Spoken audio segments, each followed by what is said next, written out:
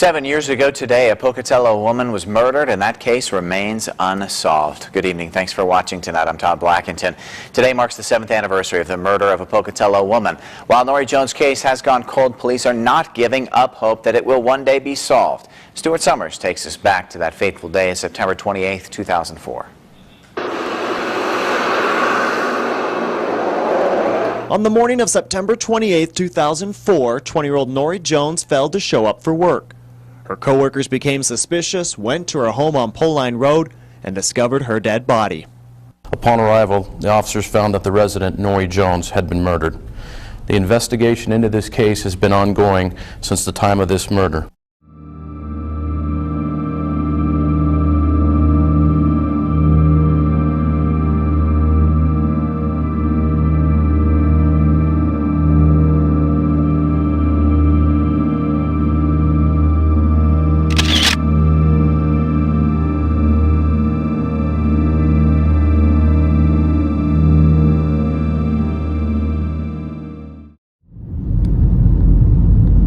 Now, Nori was born into a prominent Mormon family.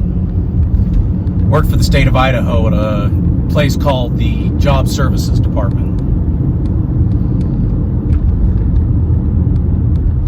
Her job was basically helping people who were struggling to find a job or were fresh convicts right out of the jail who were looking for a way to get a job. And she would help them put together resumes and find jobs.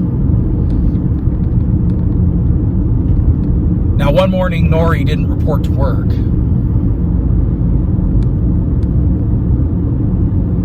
She didn't call in sick. She notified nobody that she was not going to be showing up, which everyone found odd. So a couple of her coworkers and her supervisor actually contacted Nori's landlord, got a key to Nori's house, and went over to check on her. When they got there, they made a ghastly discovery.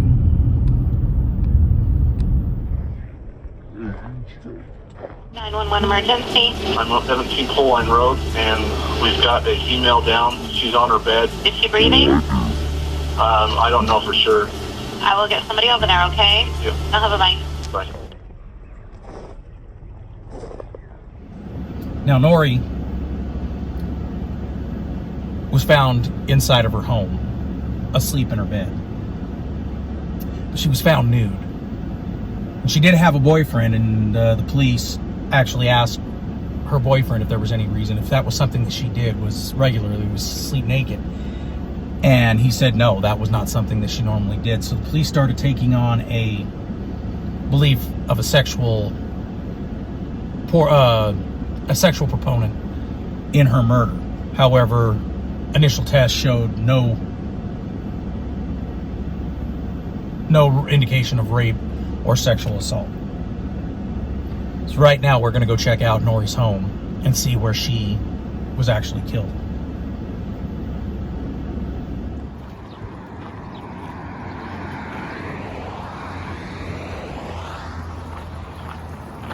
Yep. She was killed just on the other side of that window. Went in through that window where that plywood is. That's the Cold Justice episode there.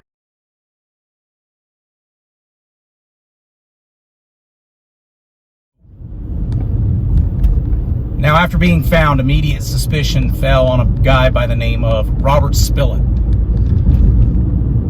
who had become romantically infatuated with Nori at Job Services. And when he was interviewed, he gave this long, rambling interview about having a dream about seeing Nori murdered.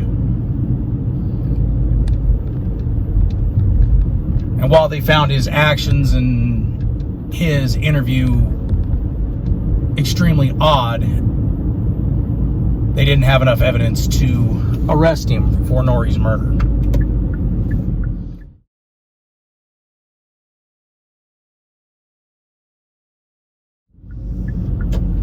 But they started working other angles and soon came up with a suspect number 2.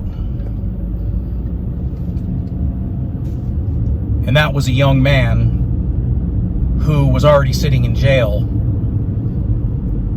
for a 2006 murder of his classmate. That classmate's name was Cassie Jo Stoddard. And this young man's name was Tori Adamczyk. Now, Tori became a suspect because the similarities between Nori's murder and Cassie's murder, as well as the fact that Tori and his family lived less than 50 feet from Nori's home at the time of her murder in 2004.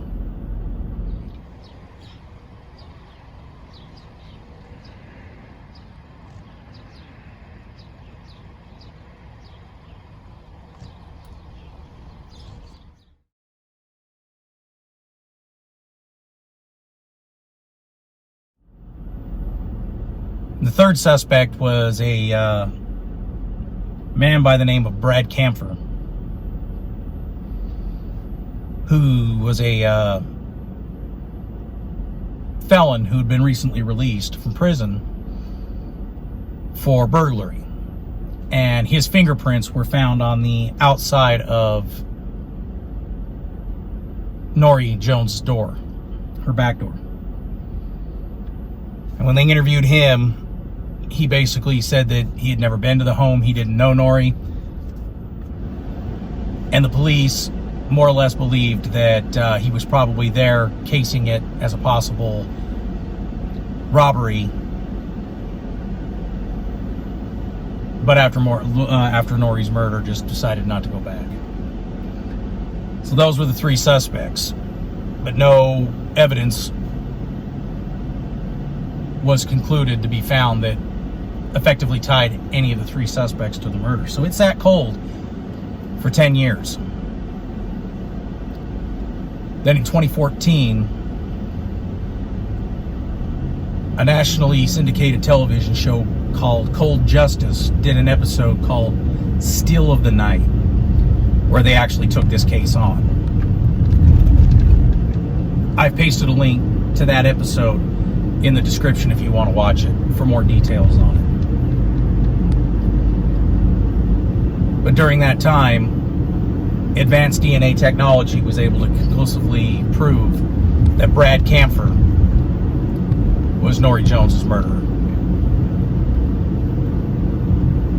And Brad was arrested September 10th of 2014, 10 years after the murder.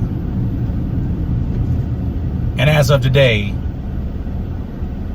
nearly 7 years after his arrest, he has yet to go to trial because of legal maneuvers by his defense team and the COVID-19 pandemic. So at this point, he's been on trial. He's been in jail for nearly 7 years. That's ridiculous.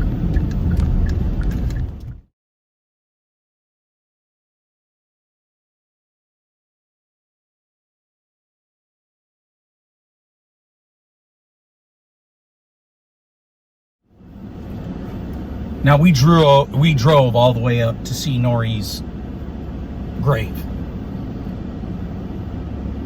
And somewhere over the course of the last 2 to 3 weeks since that video was shot, the file became corrupted, and just tried as much as I tried, I could not salvage it.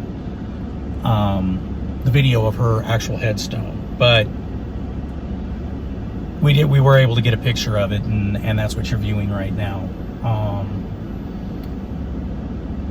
At this point, Camphor still has not seen justice. He has not gone to court.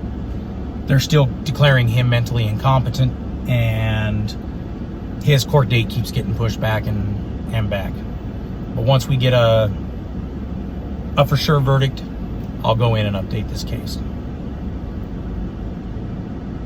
Thank you for joining me today. And if you're interested in learning more about this, I've posted the link to Cold Justice case here in the description. Thank you for joining me. Thank you to all my new subscribers. And I look forward to seeing you again on the next one. But until then, deuces.